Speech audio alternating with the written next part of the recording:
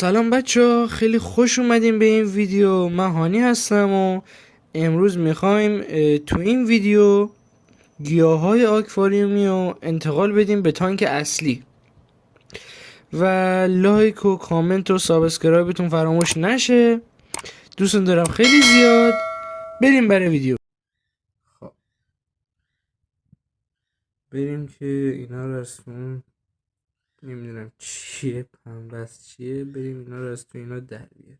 خب من حقیقتا یادم رفت گلدون اول رو تمیز کردم ولی یادم رفت ویدیو ضبط کنم. میریم برای گلدون دوم. اول خیلی با احتیاط ابرا رو فشار میدیم و گل رو در میاریم. باید مواظب باشیم که ریشه های گیاه آسیب نده. ببین تو این قسمت دارم خیلی آروم ریشه های گیاه رو در میارم. این گلدون هم بعدا به کارتون میاد ولی فعلا باش کاری نداریم. ابرایی که اولا دیگه با احتیاط لازم نیست، اونا رو فعلا میکنین.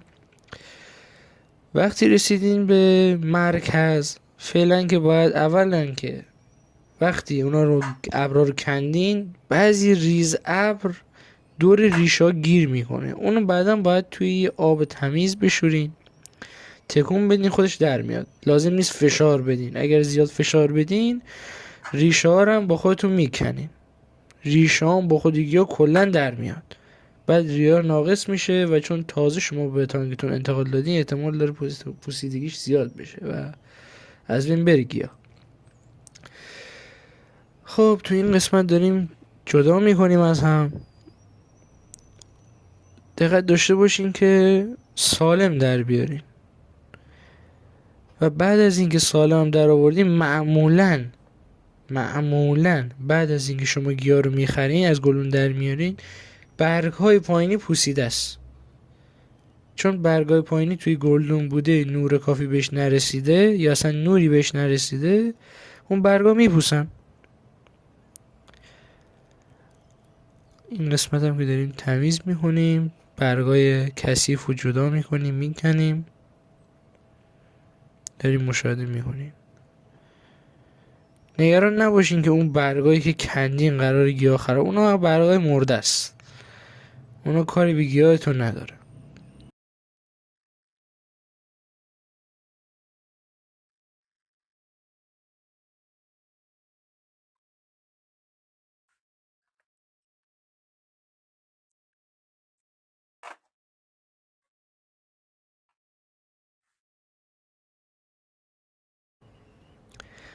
و یه موضوع دیگه هم هست که من یادم رفت صدای ویدیو رو باز کنم و اگر میبینید صدام با اول ویدیو کم تغییر کرده این که ضبط نشد راضیت بخواین، ولی از اینجا بعد سعی میکنم که کارو خوب انجام بدم و صدا رو ضبط کنم.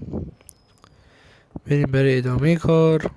ببینید این قسمت که همه برگا رو باید تمیز کنین، ردیف کنین، آشغالا رو کنار بذارین.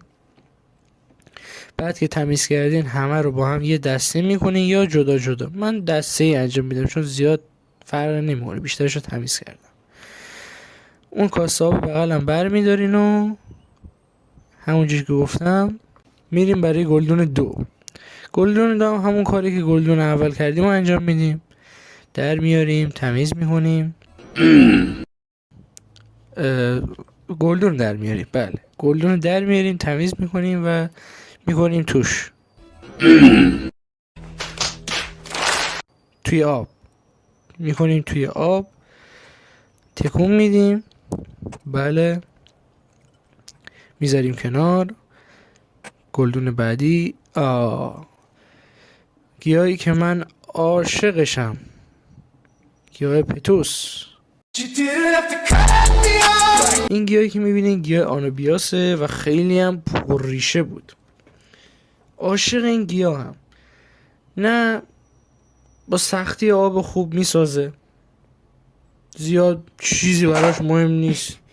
اون گلدونش هم که میبینید دیگه خسته شده بودم دیگه، واقعا تحملم از این جایی به بعد دیگه به سر اومده بود و شستن این خیلی سخت بود. یعنی من قشنگ نیم ساعت داشتم لای ریشه هاشو با خلال دندون تمیز میکردم.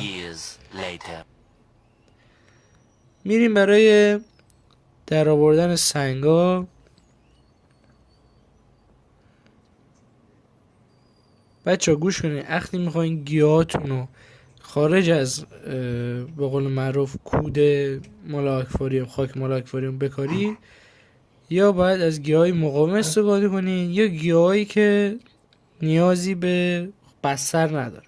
الان من از اینجا از چسب مخصوص آکواریوم استفاده کردم. این چسب مخصوص گیاهه، یعنی به گیاه آسیب نمیزنه و علاوه بر گیاه که میتونه به سنگ بچسبونه، سنگ و به سنگ و چوب هم به چوب میتونه بچسبونه. خیلی کاربردی.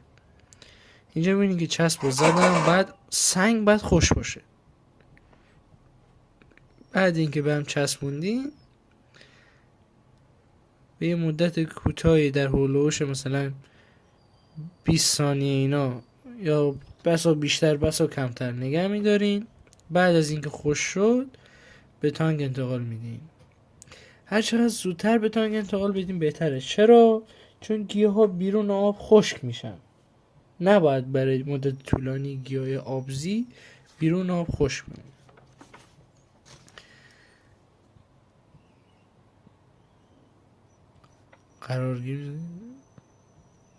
قرار میدیم.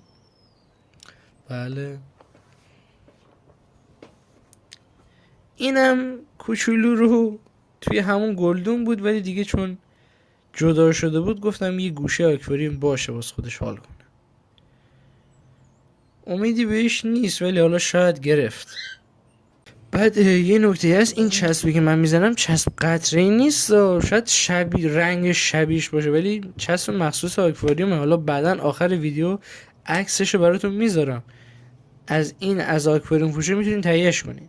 اینم گیاه خیلی زیبا، واقعا شستن ریشه‌هاش خیلی زمان برد.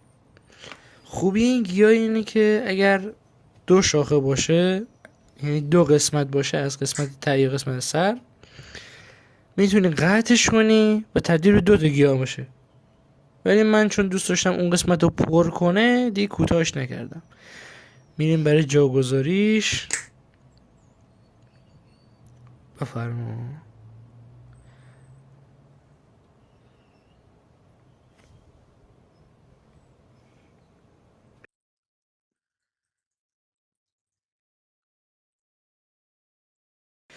و اینم نمای کلی از آکواریوم فعلی روز اول و این نمای روز 5.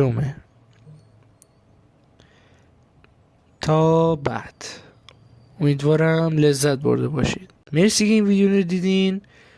لایک و کامنت و ساب فراموشتون نشه. دوستون دارم خیلی زیاد.